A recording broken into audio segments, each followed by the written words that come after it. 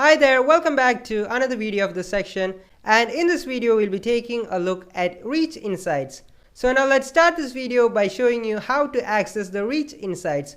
So as you can see on the screen, go to my profile and you can see that there's the Insights icon, and click on that Insights icon. After clicking on that Insights icon, what I've shown on the right side of the screen appears, and you can see that I pointed the arrow to Accounts Reached. You just have to click on the Accounts Reached and you'll be able to access the Reach Insights. So now let's take a look at the Reach Insights one by one.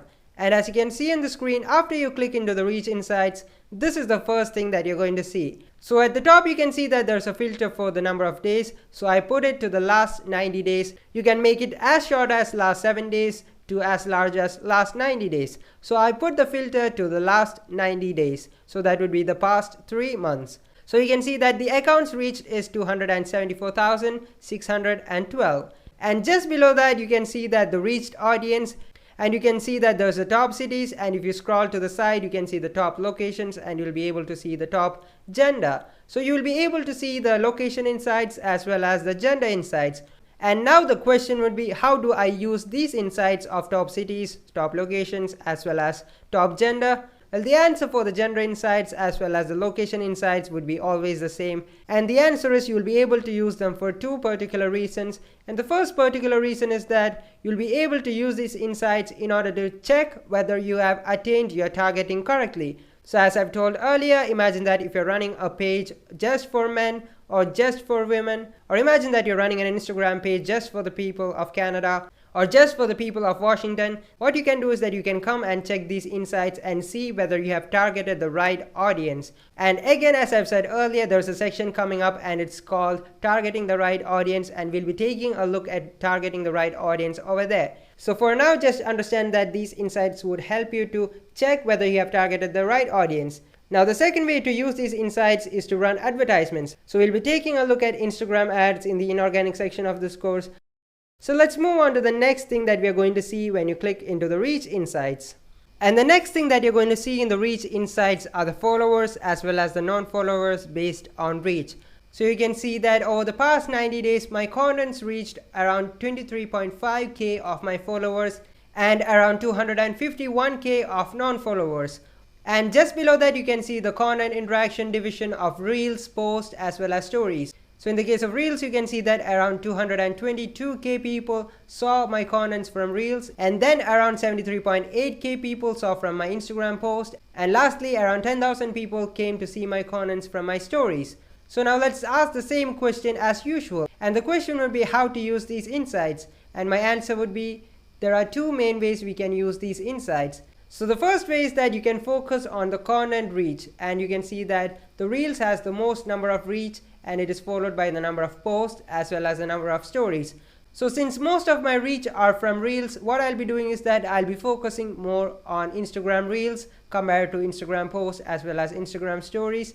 And that does not mean that I shouldn't focus on Instagram posts or Instagram stories. I should focus on Instagram posts as well as Instagram stories, but I should give a bit more focus on Instagram Reels because most of my followers or most of the reach that I get are from Instagram Reels.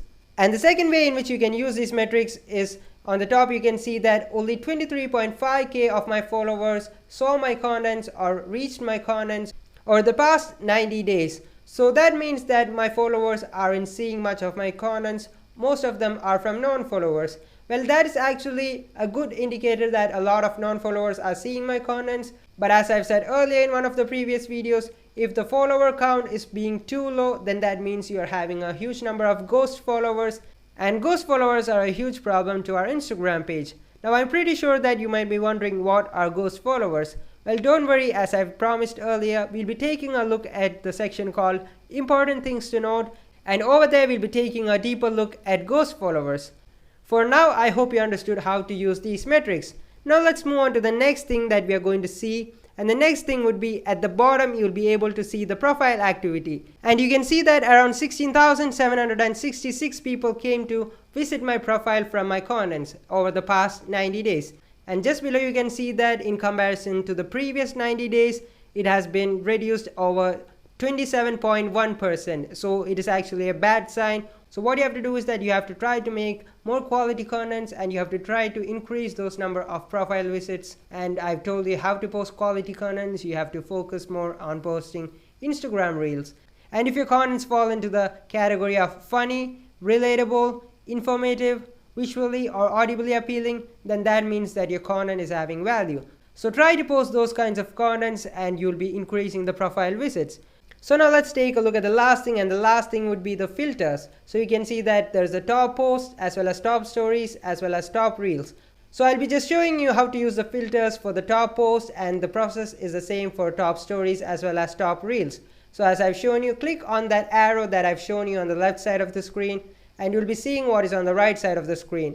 And on the right side you can see that my contents or my Instagram post has been filtered based on Instagram reach. So reach is my primary focus, so I'll be using reach as a filter, and you can have other filters too. All you have to do is that you just have to click on that filter icon that I pointed my arrow to, and after clicking on that you'll be having a huge number of options. And as you can see on the screen, there are options like business address tabs, call button tabs, comments, email button tabs, follows, impressions, likes, and so on. So what you have to do is that you have to choose the filter that you want to focus on, and as I've told earlier, I'll be focusing on reach. And after selecting the filter for reach, let's go back to what we have seen, and you can see that the contents that got most number of reach is at the top and the least number of reach is at the bottom.